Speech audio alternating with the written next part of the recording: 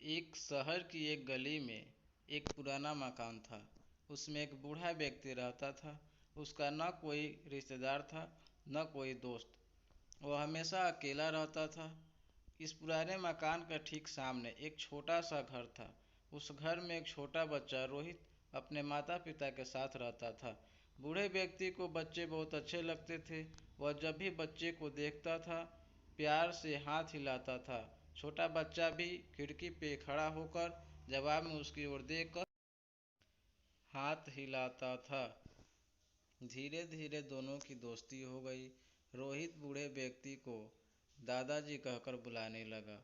दादाजी अक्सर रोहित के लिए बिस्कुट लाते थे। कभी कभी वे उसके पसंद की चॉकलेट भी लाकर उसे देते थे। एक दिन रोहित ने भी उन्हें अपना एक खिलौना दिया, अपना टीन का सिपाही यानी टीन। दादाजी ने कहा कि वे इसे बहुत संभाल कर रखेंगे।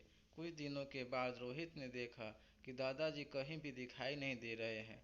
उस उनके मकान को तोड़ दिया गया और वहां एक बेहद बंगला बनाया गया। रोहित के पिता ने उस बंगले को खरीद लिया। रोहित और उसके माता पिता बंगले में रहने लगे। धीरे धीरे रोहित बड़ा होने लगा और बचपन के उन दादाजी को भूलने लगा। जब वह बड़ा हुआ और उसकी शादी हो गई, तब उसकी पत्नी भी वहीं रहने आई। एक दिन वह अपनी पत्नी के साथ बंगले के बगीचे में हाथ से एक गड्ढा खोद रहा था। वहां एक बीज बोना चाहता था, तभी उसकी उंगली में कुछ चुभा। उसने खोद कर देखा तो यह उसका अपना टिन सोल्जर था, जो उसने दादाजी को दिया था। उसकी तलवार की नोक रोहित की उंगली में चुभ गई थी। अपना बचपन का खिलौना देखकर अचानक रोहित को बचपन की सारी बातें और दादाजी याद आ गए। उसे याद आया कि दादाजी ने कहा था, यह खिलौना मैं बहुत संभाल कर रखूंगा। रोहित ने अपनी पत्नी को बचपन की वह सारी बातें सुनाई। सुनाते सुनाते उसकी आंखें भर आई। वह टिन सोल्जर रोहित ने अपने घर में सजा दिया।